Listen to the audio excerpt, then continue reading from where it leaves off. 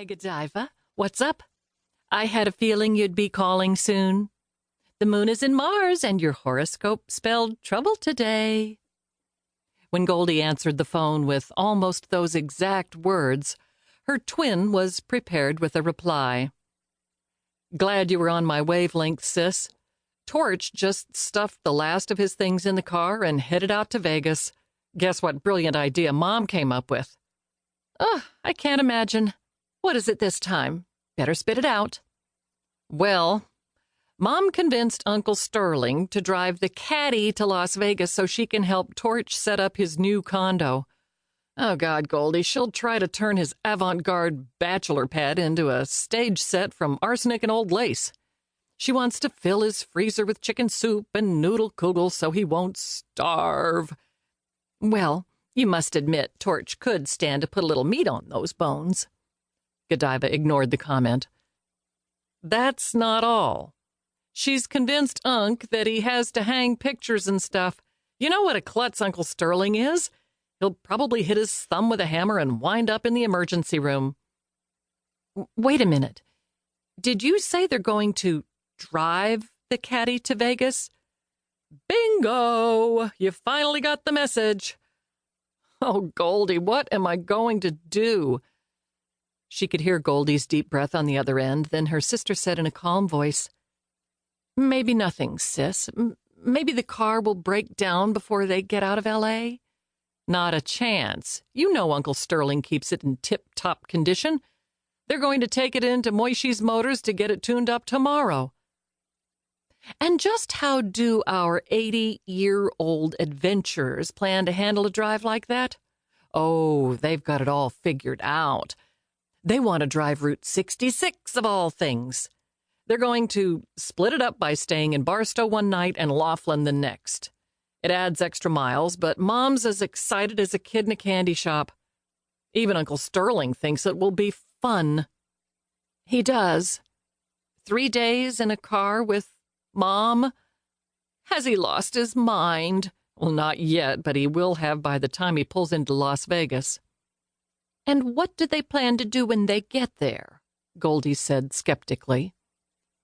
They expect to stay in Torch's spare rooms and gussy up his new place.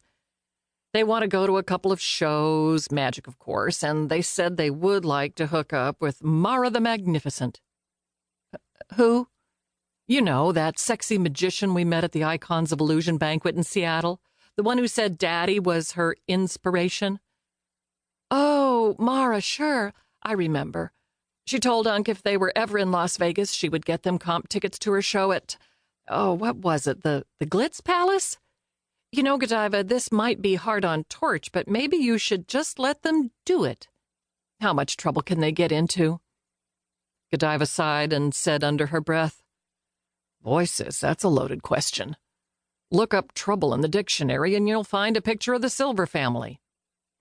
Hey, speaking of Las Vegas, isn't it almost time for you to make your yearly trip to the Diamond Slipper in Max's memory? Next month, if I remember correctly, you always put that silver dollar in the Wheel of Fortune just like he did. Too bad you don't have his luck. His luck? You mean to drop dead right in the middle of the casino? Well, sorry, I didn't mean that part. I was thinking of the part just before that when he hit the jackpot. Poor Max. His last words on Earth were, "Won $5 million on a buck." Then his heart gave out. Godiva sighed, remembering how she was left on her own to raise her 6-year-old son, Thomas, with only 4 servants, 3 acres in Beverly Hills, and other holdings worth slightly less than $35 million. Yes, you're right, Goldie. I will be going to Vegas soon to pay my annual homage to Max. I want to see Torch's new place. Of course, I won't be crashing there like Mom and Unc.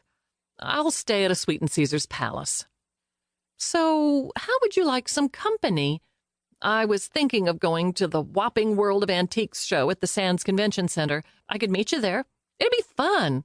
I can get a room at the Buckaroo for only $69 a night, and you can treat me to some shows and a few of those great buffets. What do you think? The Buckaroo? Goldie, do you have any idea what kind of seedy flophouse that is? My assistant Angel stayed there last year and said even the bed bugs and cockroaches think twice before moving in. She decided the savings weren't worth it and checked out the next day. Well, there's no point in spending money extravagantly, Goldie said. It couldn't be any worse than the Moose Drop Inn on the road to Fairbanks.